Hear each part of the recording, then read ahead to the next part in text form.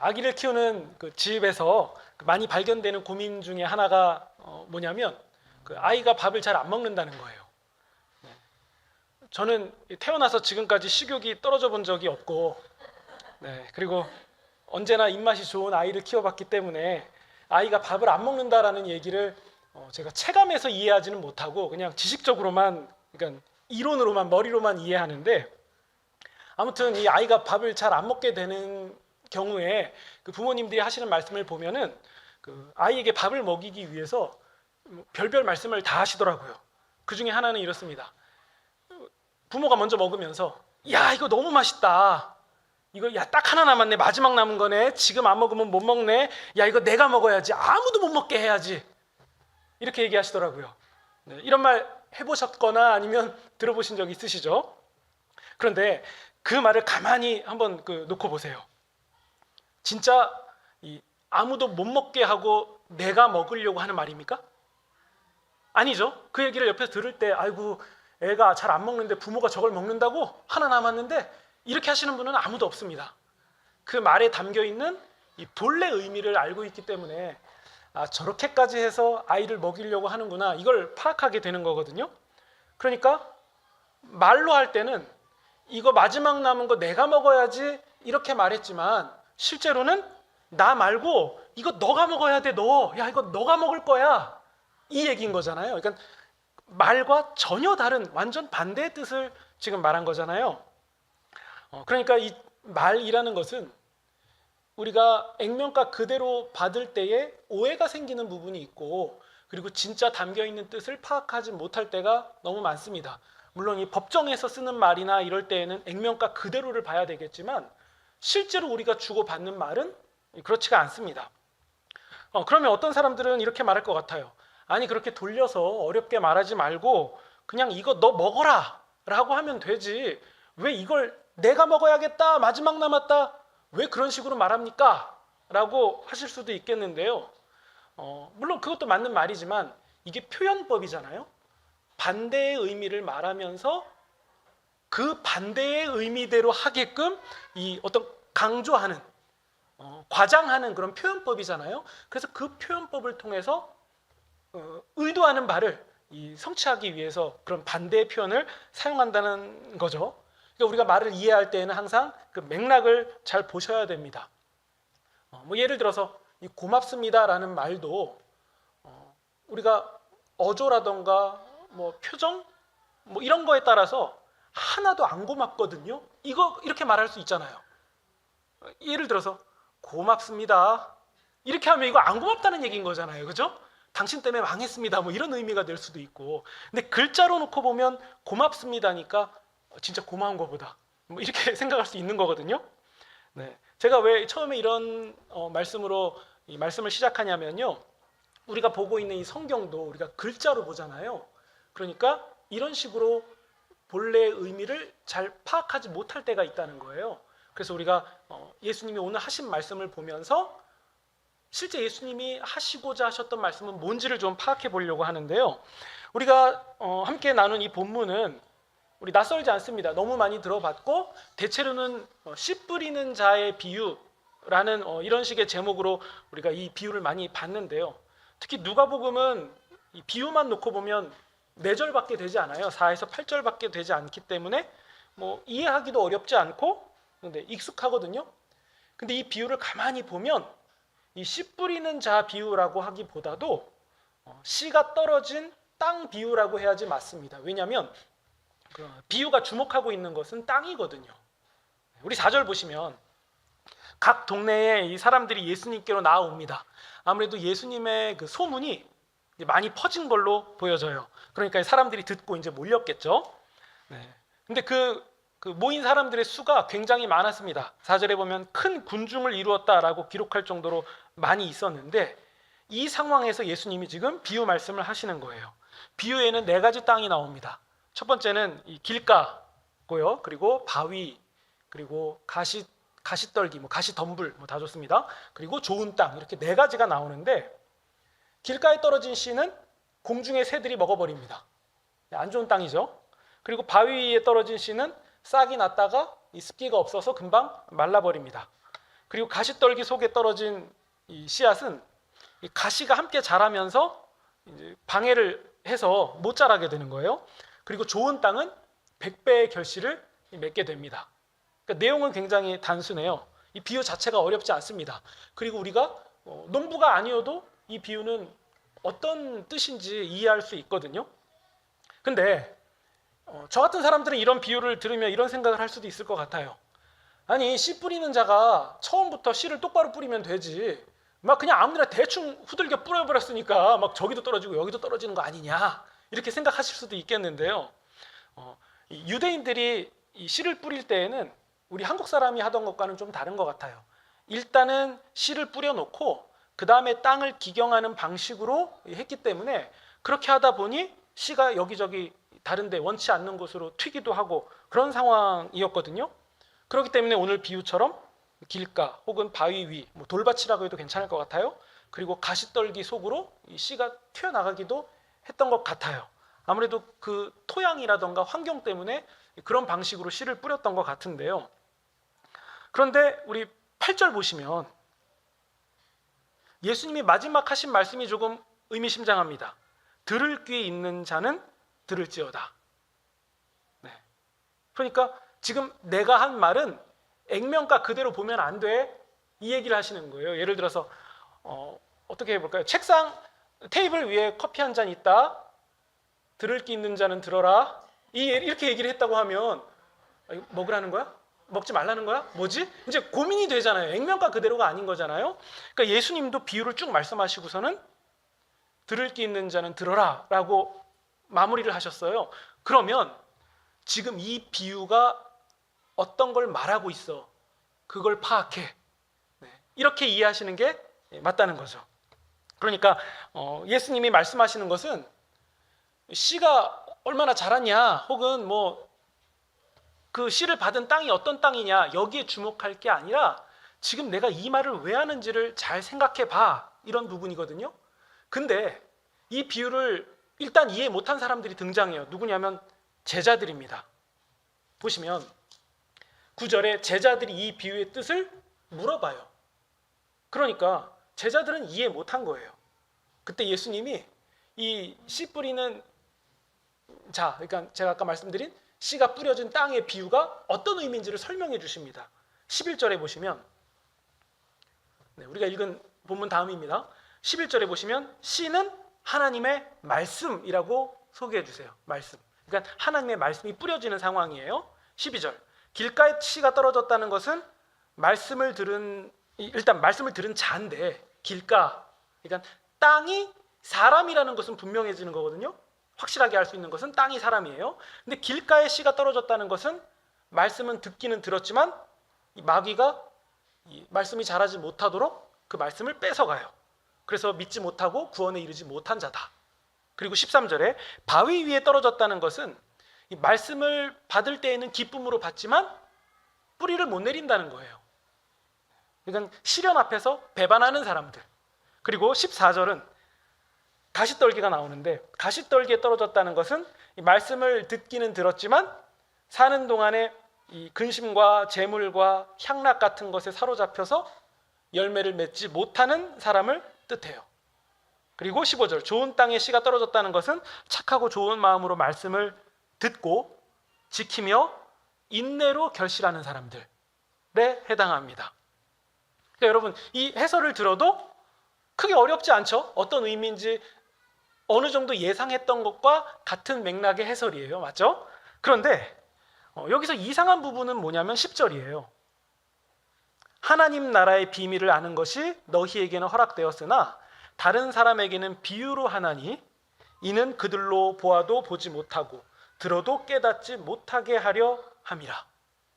이렇게 말씀을 하셨다는 것은, 일단 이 10절을 보면 이 비유를 알아들을 수 있는 사람은 정해져 있다는 말씀인 거잖아요. 누구는 알아듣고 누구는 못 알아듣는다는 얘기인데요. 그러면 예수님은 이 말씀을 예수님의 제자들에게만 하시겠다는 뜻이 될까요? 예수님의 12제자들만 알아들을 것이고 나머지는 모를 거야, 이게 내 뜻이야, 이런 의미일까요? 이 예수님이 방금 하신 10절 말씀은 이사야 말씀의 인용이거든요.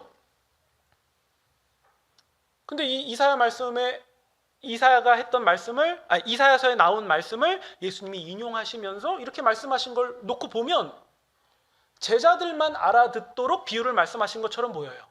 제자들만 이해해야 된다. 근데 여러분, 이게 아니라는 거예요. 제가 처음에 그 액면가 그대로의 말이 아니다라는 예시를 좀 말씀드린 다음에 말씀을 시작한 이유가 뭐냐면 지금 이 10절에 나온 이 말을 액면가 그대로 보시면 안 된다는 거예요. 제자들만 이해하도록 비유로 말씀하신 게 아닌데 예수님이 이렇게 말씀하셨다는 거예요. 제가 의미 전달을 위해서 제가 조금 과장되게 표현을 해볼게요. 10절을 이렇게 제가 말씀드려 볼게요. 나는 그들이 보아도 보지 못하고 들어도 깨닫지 못하면 좋겠어. 이 얘기는 와서 들으라는 얘기예요. 누구든지 제자든 아니든 상관없이 누구든지 와서 예수님이 하시는 말씀을 듣고 깨달았으면 좋겠다. 이 말씀을 하고 계신 거예요. 그러니까 10절은 제자들만 들어 완전 반대의 얘기죠. 이 뜻이 아닌 거죠. 누구든지 와서 다 이해하고 좋은 땅이면 좋겠다는 말씀을 예수님이 하고 계신 거예요. 그러면 이렇게 질문도 하실 수 있을 것 같아요. 그러면 와서 보고 들었는데 그래도 이해가 안 되면요? 그럼 하나님이 허락하신 사람이 아닙니까? 네, 이렇게 질문할 수도 있는데요. 그것도 아니에요.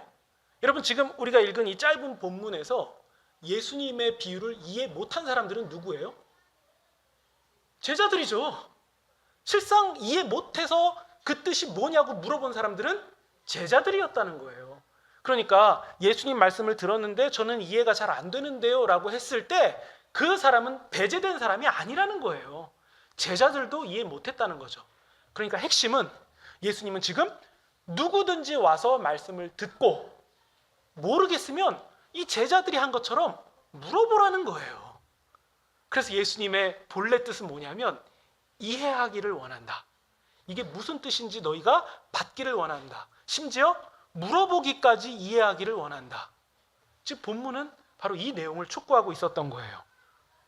그러니까 이 본문을 읽고서는 잘못 이해하는 경우는 이런 거죠. 처음에 큰 무리가 몰려왔잖아요.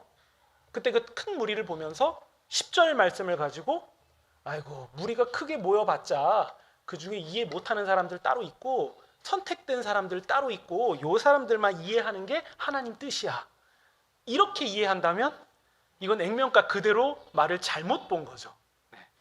저는 한때 그런 적이 있었어요. 정말 이 구절을 보면서 액면가 그대로 고지고대로 받아들여서 나는 이거 읽었는데 이해가 되네? 그럼 난 이거 선택받은 사람이다. 이것도 이해가 안 되는 사람이 있나? 저는 이런 생각을 해본 적이 있거든요. 그러니까 저는 실수한 거죠. 액면가 그대로 보면 안 되는 거죠.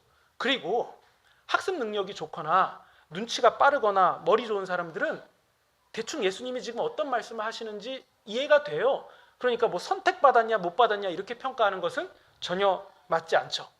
그리고 예수님이 인용하신 이사야서 말씀을 봐도 마찬가지입니다.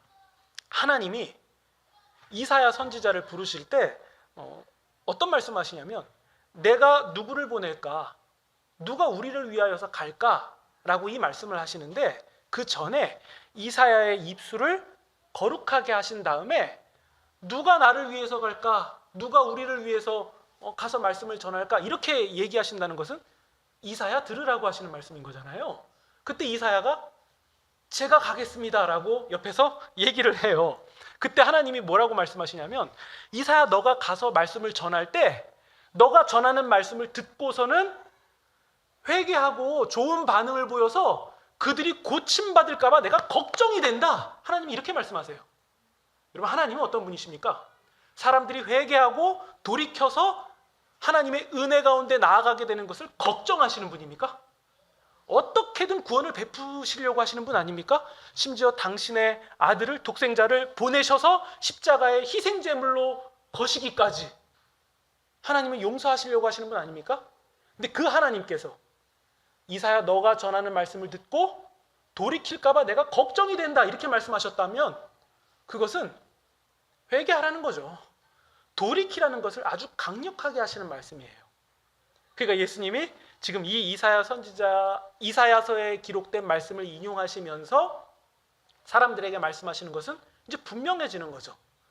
누구든지 와서 예수님의 말씀을 듣고 깨닫고 변화되어서 100배의 결실을 맺기 원한다. 지금 예수님은 이 말씀을 하고 계신 거죠. 그러면 일단 지금까지 나눈 말씀을 중간 정리해보면요, 예수님은 이 땅에 떨어진 그러니까 씨가 떨어진 땅의 비유를 누구나가 듣고 이해하기를 원하는 마음으로 지금 이 말씀을 하셨다는 것, 이거 하나는 분명해지죠. 그러면 이제 이것을 우리가 분명하게 하면 그 다음에 해결해야 될 부분이 있습니다. 그게 뭐냐면, 그러면 예수님은 이 비유를 통해서 궁극적으로 무엇을 말씀하고 싶으셨던 걸까? 누구나 와서 이해하는 것까지는 좋은데 그 다음에 그러면 이 말씀에 담겨있는 본의는 무엇일까? 우리가 이걸 해결해야 되는 거거든요. 그럼 여러분 이 비유를 딱 들으실 때 어떤 생각을 가장 먼저 하셨습니까? 예수님이 네 가지의 땅을 말씀하신 거죠. 결국에는 안 좋은 땅 3개 말씀하시고 좋은 땅 하나를 말씀하셨는데, 이 비유를 딱 듣는 순간 여러분이 가장 먼저 드는 생각은 뭐예요? 나는 좋은 땅일 것이다. 이 생각이 가장 먼저 들지 않습니까? 내가 돌받치면 안 되고, 내가 가시덤불이 있으면 안 되고, 나는 좋은 땅이면 좋겠다. 이 생각이 가장 먼저 들지 않습니까? 아마 예수님도 이것을 염두하셨을 것이 분명해요. 이 비유를 들으면서 저는 별로 기경되지 않은 나쁜 땅인데요, 이렇게 생각하는 게 아니라 저도 좋은 땅이면 좋겠습니다를 생각하기를 예수님이 원하셨다는 거죠. 누구나가 와서 이해해야 되는 말씀이라면 누구나가 와서 자기가 좋은 땅이 되기를 바라고 좋은 땅이 되기를 바란다는 것은 예수님의 말씀을 듣고 지키며 인내로 결실하는 것을 말하는 거예요. 너희들이 그렇게 되기를 원한다. 예수님이 그 말씀하신 거예요. 여러분, 지금까지 우리 누가복음을 쭉 하면서 함께 나누면서 예수님이 만났던 사람들을 한번 생각해 보세요. 어떤 사람은 길가처럼 예수님의 말씀을 듣기는 듣지만 이 장터의 아이들처럼 무반응으로 일관했던 사람들이 있습니다. 세례 요한이 말씀을 전하니까 귀신 들렸다 그러고, 예수님이 말씀을 전하니까 죄인의 친구라 그러고, 그러니까 어떤 말씀을 들어도 마치 마귀가 그 말씀을 빼앗아 가듯이 믿음이 전혀 자라지 못하는 사람들이 있었어요. 그리고 또 어떤 사람들은 바위처럼 말씀을 기쁨으로 받기는 받는데 내가 예수님의 제자의 단계까지 나아갈 마음은 없는 거예요. 그냥 그 말씀이 그럴싸하고 그냥 어떤 기적들 같은 거 볼 때 기쁘긴 한데 내가 굳이 인내로 결실하는 제자가 되고 싶지는 않은 거예요. 그러니까 바위밭 같은 사람들이 있었다는 거죠. 그리고 또 어떤 사람들은 예수님의 말씀을 가까이 나와서 듣기는 듣는데 모든 말씀을 논리, 합리로 따져보고 경제성이 있는지, 이익이 되는지 이런 것만 판단하는 사람들이 있었습니다. 그래서 우리 법을 들이대면서 예수님이 손 마른 자 치료하신 것은 그거 안식일법 어긴 거예요 라고 말하는 사람이 있었고요. 그래서 그것 때문에 분노까지 가득했고요. 또 나중에 만나게 될 사람이지만 어떤 부자 청년은 다 팔고 나를 따르라 라는 예수님의 말씀에 재물이 많아서 근심함으로 예수님을 따라갈 수가 없었죠. 그러니까 이런 사람들은 이 가시덤불에 해당하는 사람들입니다. 하지만 여기서도 우리가 조심해야 될 것은 무엇이냐면 예수님의 비유는 이런 사람들이 결코 좋은 땅이 아니다, 좋은 땅이 될 수 없다라고 선을 그으시려고 이 말씀을 하신 건 아니라는 거예요. 우리가 이 점을 조심해야 돼요. 저 사람들은 가시덤불이야, 저 사람들은 길가야, 못 자라. 제가 왜 교회 다니면서 말씀 잘 못 듣는지 알아? 바위밭이라 그래, 답이 없어. 이렇게 해서는 안 된다는 거예요. 이런 사람들마저도 지금까지는 그런 모습을 보였지만 여전히 예수님은 좋은 땅으로 보고 있다는 사실, 우리가 이것을 발견하지 않으면 우리에게도 바리새인의 모습이 발견될 수 있다는 거예요. 지금 예수님은 그들도 촉구하고 있는 거예요. 증거가 뭡니까?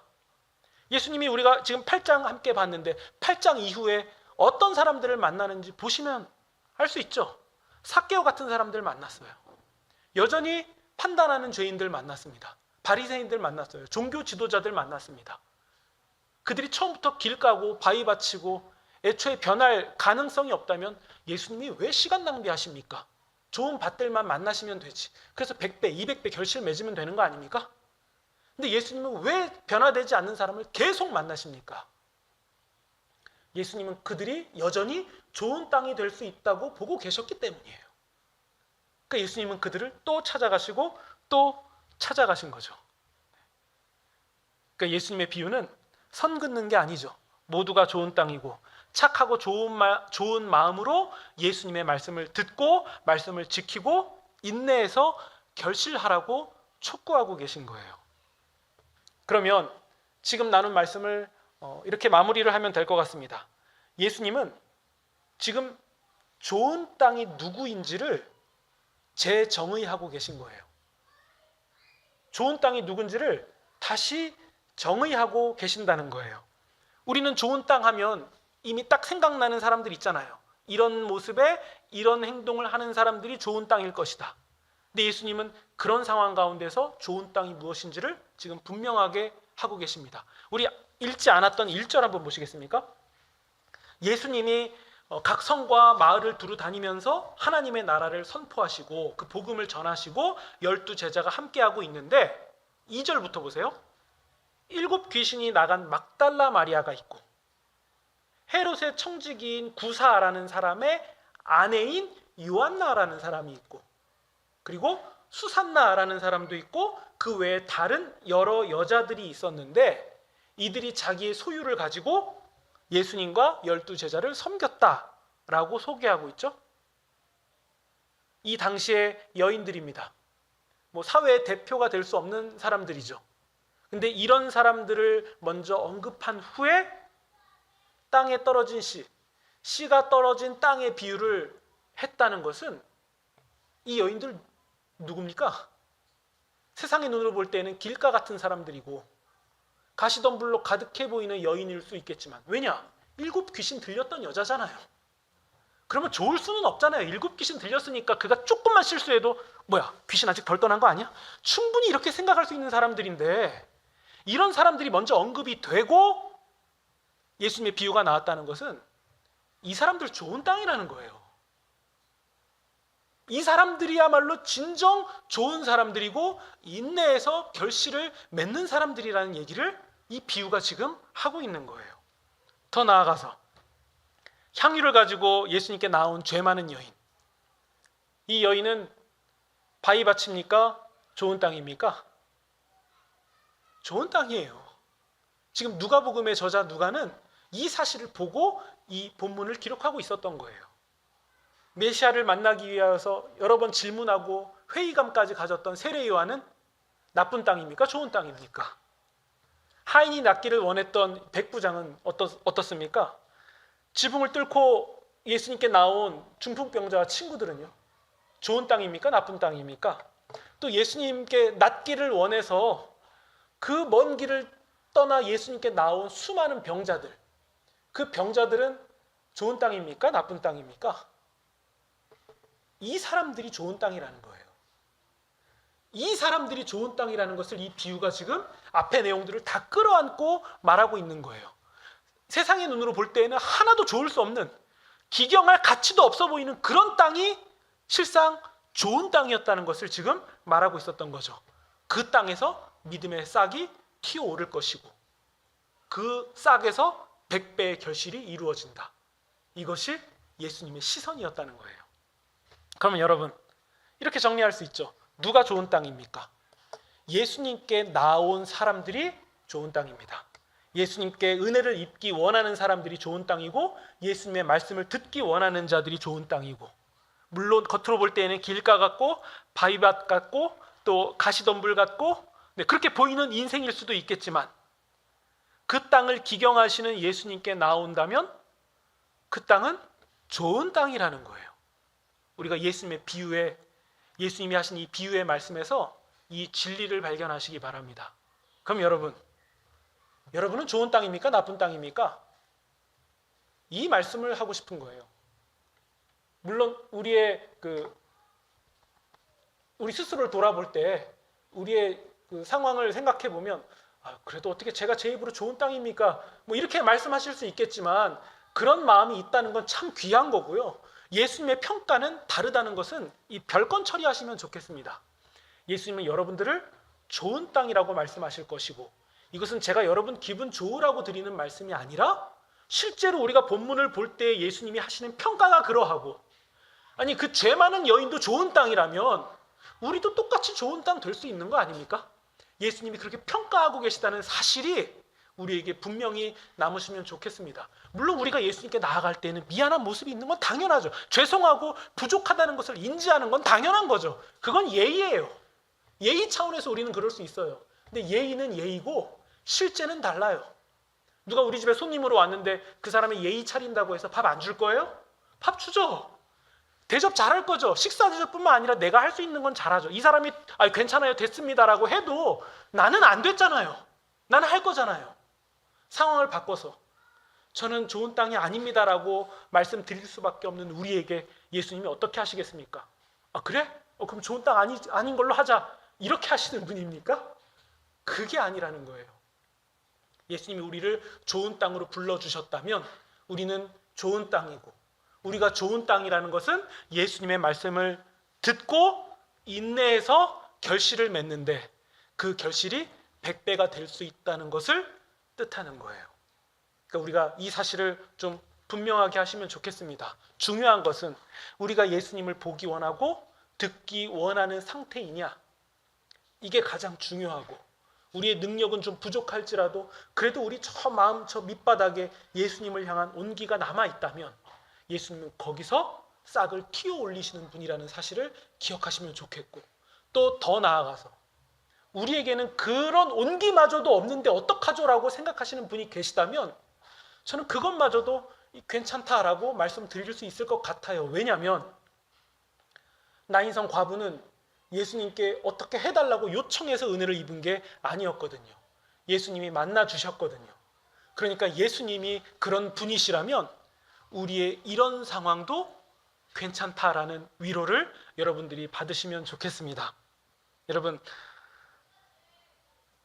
핵심은 우리라는 밭을 기경하시는 분이 누구시냐, 이거 아닙니까?